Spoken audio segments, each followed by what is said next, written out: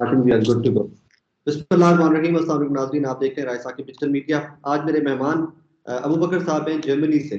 He was employ of the German embassy, of course Pakistan की embassy जो Germany में थी, वहाँ पर ये एम्प्लॉय थे। और मुझे उन्होंने कुछ दिन पहले कांटेक्ट किया कि जी कुछ बेज़ाब्तियाँ हमारे जो एम्बेसडर थे वहाँ पर डॉक्टर फैसल और उनकी फैमिली को लेकर कुछ करप्शन के स्कैंडल्स, कुछ बेज़ाब्तियाँ थी। तो मैंने इनको ज़हमत दी कि मुझे आकर ज़रा थोड़ा एनलाइटन कीजिए, बिकॉज अभी जो पाकिस्तान के मौजूदा हालात हैं उनके अंदर तो यहाँ के एम्प्लॉयज जो है उनकी सैलरीज देना हमारे लिए बहुत मुश्किल हुआ पड़ा है।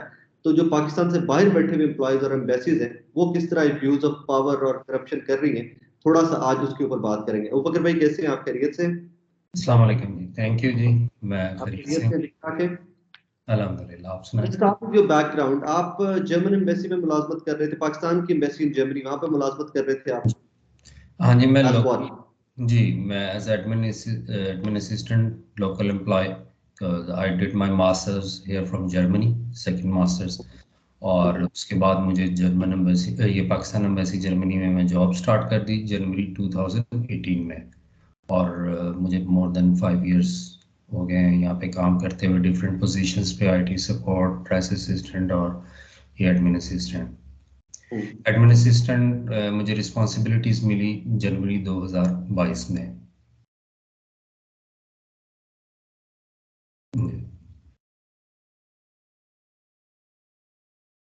Can you hear me?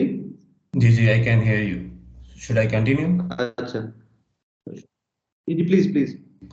जी, मेरे पे काफ़ी प्रेशर था कि काफ़ी जो फाइनेंशियल बिल्स, असल में एडमिन असिस्टेंट का काम होता है जितने भी फाइनेंशियल बिल्स होते हैं या प्रॉपर्टीज़ के बिल्स होते हैं, क्योंकि लोग एम्प्लॉयज़ यहाँ पे जो रहते हैं उनकी प्रॉपर्टीज़ अरेंज करनी होती हैं, ये लॉजिस्टिक्स और ये सारा कुछ एडमिन का जो भी काम होता है वो इसमें फाइनेंशियल बिल्स जो है वो प्रोसेसिंग करनी होती है और परमिशंस अप्रूवल्स लेनी होती है। मेरे पे प्रेशर था कि डॉक्यूमेंट्स फोर्ज करने का, एक आधा मैंने किया भी है। उसके बाद फिर मुझे ये लास्ट टाइम जो था कि कंटेनर था, बर्लिन से बाकू जाना था, उसकी लिए हमने मूविंग कंपनी से रब्ता किया। सर्वे हुआ, सर्वे के बाद वो मोर देन 40 फीट था, यानी कि 20 फीट से ज़्यादा है। जो प्रोविजन थी 20 फीट की थी और 2300 केजी की थी। I was asked to reach the moving company के जी डॉक्यूमेंट्स पे आप 20 फीट लिख दें। ओके। तो मैंने इस पे आर्ग्यू किया कि जी is it not possible, bill of lading involve होता है, काफ़ी चीज़ें होती हैं, ये मुनासिब नहीं है। तो मैं तो नहीं कंपनी को रीच आउट करूंगा कि आप 40 फीट की जगह 20 फीट लिख दें। एनीवेज, मैं एनुअल लीव पे चला गया, पेड लीव्स थी मेरी, मैं उस पर चला गया।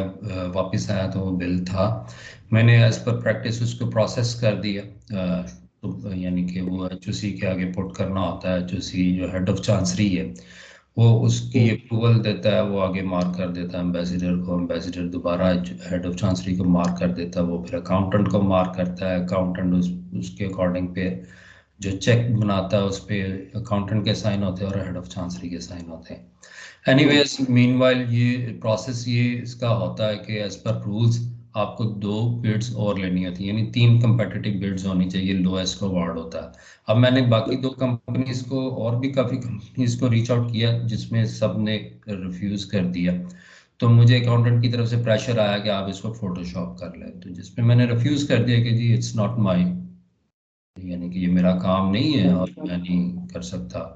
तो उसी पे मुझे फौरी नोटिस, एक ऑफिस ऑर्डर जारी हो गया, फ्राइडे का दिन था 16 दिसंबर, कि आप नाउ यू ऑनवर्ड्स कि आप रिसेप्शन पे बैठेंगे। उसके पीछे भी इनका ऑब्जेक्टिव था कि जी अपना ही बंदा एज एप्लीकेंट वो आएगा, प्लांटेड होगा, वो बहस बूस करेगा और वो कंप्लेन करेगा कि जी ये मिसबिहेव किया, ये किया, वो किया, हम इंक्वायरी बिठाएंगे और इसको गंदा करके फायर कर देंगे। एनीवेज, मेरे लिए तो बहुत बड़ा शौक था कि आप 5 साल से काम कर रहे हैं, दिन रात काम कर रहे हैं, आप हर चीज़ को मैनेज कर रहे हैं, 3 चीज़ें देख रहे हैं, आप एडमिन असिस्टेंट को देख रहे हैं, आप प्रेस की रिस्पॉन्सिबिलिटीज़ देख रहे हैं, डिजिटल मीडिया की, आप आईटी सपोर्ट सारा एम्बेसी का वो देख रहे हैं, और इतनी मेहनत के बावजूद आपके साथ ये सिला हो रहा है कि आपको इस तरह यानी कि टॉर्चर किया जा रहा है। ये फर्स्ट टाइम नहीं था, इससे पहले भी एम्बेसडर की सोशल सेक्रेटरी थी, उसको भी इसी तरह टॉर्चर, मेंटल टॉर्चर करके निकाला गया था। She refused. एम्बेसडर थे? जी, एम्बेसडर डॉक्टर फैसल उनकी सोशल सेक्रेटरी थी। उसने इनकी वाइफ को ये कह दिया था कि जी मैं आपकी पर्सनल मुलाजिम नहीं हूँ, मैं एम्बेसी की एम्प्लॉई हूँ। तो इस बात पे उसको कामरान देंगल ने उसको काफ़ी मेंटल टॉर्चर किया और 2-3 वीक के बाद उसको फायर कर दिया। फिर मेरे से पहले जो एडमिन असिस्टेंट था वो 7 साल से काम कर रहा था इस पोस्ट पे, ही नोज एवरीथिंग। और ये इनकी ये इनसिक्योरिटी थी कि अगर ये रह गया तो हमारे जाने के बाद, क्योंकि डॉक्टर फैसल अप्रैल में इनका टेन्योर ख़त्म हो रहा है। अकाउंटेंट का ऑलरेडी जो है 4 साल पूरे हो चुके हैं, डॉक्टर फैसल ने उसको रिटेन किया हुआ आगे के जो नया अकाउंटेंट आएगा उसको नए सिरे से चीज़ें समझानी पड़ेंगी और ये है वो। तो एनीवेज उसको भी इसी वजह से फायर किया गया कि ये बाद में हमारे जो है वो चीज़ें ना खोलना शुरू कर दे एवरीथिंग, क्योंकि आप it's very easy to expose, क्योंकि यहाँ पे बड़ा ट्रांसपेरेंट रूल्स है, आप अगर समझते हैं तो। मुझे फायर कर, मैं मेंटली स्ट्रेस में था, एंजाइटी होगी, डॉक्टर के पास गया, उसने मुझे रेस्ट लिख दिया। मेरी तबीयत और ख़राब होती गई, जिस पे उसने ब्लड टेस्ट वगैरह मेरे किए और उसमें मुझे डायग्नोज हो गया क्रॉनिक डिजीज फॉर लिवर। तो मुझे उसने फर्दर रेस्ट कर दिया और प्रिस्क्राइब कर दिया। उसके बाद मुझे कोरोना हो गया, कोरोना वो और प्रोलॉन्ग हो गया तो 29 जनवरी तक। तो 30 जनवरी को इन्होंने मुझे टर्मिनेशन लेटर भेज दिया इमीडिएट इफेक्ट, और मेरी जनवरी की सैलरी नहीं दी, और नोटिस पीरियड के बाद 1 माह की सैलरी होती है, और मैंने 5 साल से ज़्यादा काम किए, 5 ईयर प्लस 1 डेज भी हो तो वो आपको ग्रेजुटी मिलती है। तो उसके बाद मुझे मैंने डिप्टी हेड ऑफ मिशन से रब्ता किया कि जी मेरी सैलरी, तो उन्होंने तो shock, he was in shock कि जी मुझे तो नहीं पता कि आपको टर्मिनेट कर दिया गया। तो एनीवेज मैंने फिर मिनिस्ट्री ऑफ फॉरेन अफेयर को लेटर लिखा, जो मैंने अपनी ट्वीट में भी पब्लिश किया। तो उसमें मैंने अपने ग्रीवेंसेस लिखे और मैंने बताया कि जी आई सस्पेक्ट कि मेरी जो सैलरी है, जिस तरह गार्डनर की उसको फायर करने के बाद सैलरी डिफरेंट अकाउंट में विड्रॉ होती रही है। थोड़ा सा वो बैकग्राउंड भी बता दीजिए गार्डनर वाली सैलरी का भी। हाँ जी, गार्डनर ये था कि वो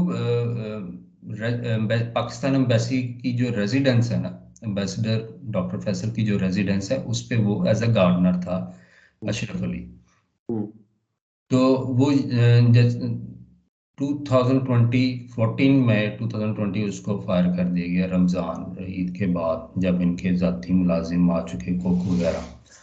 एनीवेज वो कागजों में तो फायर नहीं हुए, और उनकी सैलरीज जो है ना डिफरेंट अकाउंट में विड्रॉ होती रही। जर्मनी में ये होता है कि प्राइवेसी लॉज होते हैं कि जस्ट जो अकाउंट नंबर है ना, that's enough to transfer the money, you don't need the title.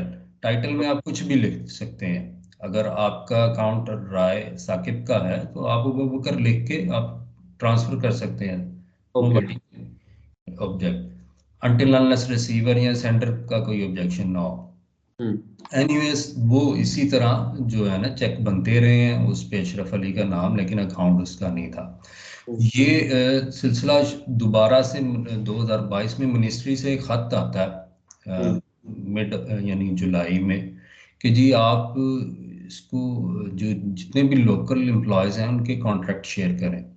वो कॉन्ट्रैक्ट शेयर होते हैं, उसके बाद एक और फैक्स आता है कि जी ये जो आपने एम्प्लॉयज कॉन्ट्रैक्ट शेयर किए इनके राइट ऑफ वर्किंग यानी कि रेजिडेंस परमिट जो है ना वो शेयर कर दें। जो तो मौजूद थे उन्होंने तो शेयर कर दिए, अशरफ अली मौजूद नहीं था, उसको इतला दे दी गई कि जी आपकी जो है ना सैलरीज वो किसी और अकाउंट में जा रहे हैं और आप अभी तक मुलाजिम शो हो रहे हैं, लिहाजा आप बी अलर्ट।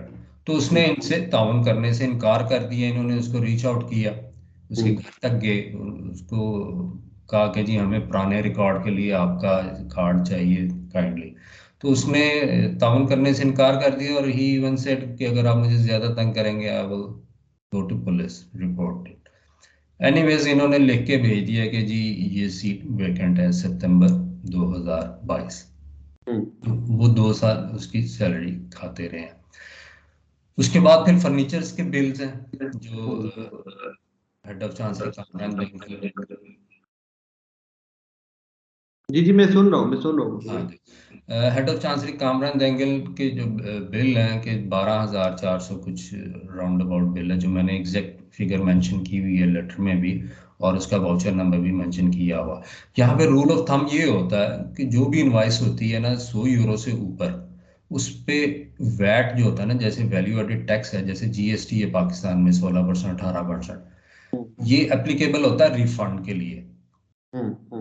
सही है, आप इसको क्वार्टरली भी कर सकते हैं, मंथली भी कर सकते हैं, और एनुअली भी कर सकते हैं। एम्बेसी का चूंकि ज़्यादा होता है 40-50 हज़ार यूरो एनुअली होता है, तो वो आप उसको एनुअली कर रहे होते हैं। ठीक है, तो वो उसमें वो भी नहीं उसको रिफंड के लिए इंक्लूड किया गया, यानी कि जो 100 यूरो से ऊपर की इनवॉइस है ना, अगर आप उसको रिफंड क्लेम भी कर रहे हैं तो इट्स मीन फेक। इस तरह की मल्टीपल स्टोरीज है।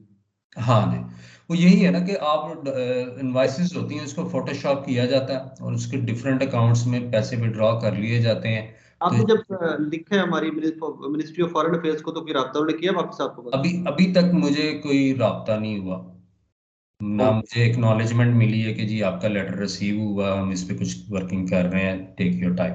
चले कोशिश करते हैं कम से कम आपके ट्वीट्स या वो जो है ना सारा मैटर, वो किसी तरीके से बिलावल साहब तक या हिनारबानी खर साहब तक, भी रेलेवेंट लोग हैं ना, वो मैं पहुंचाने की इंशाल्लाह कोशिश करता हूँ।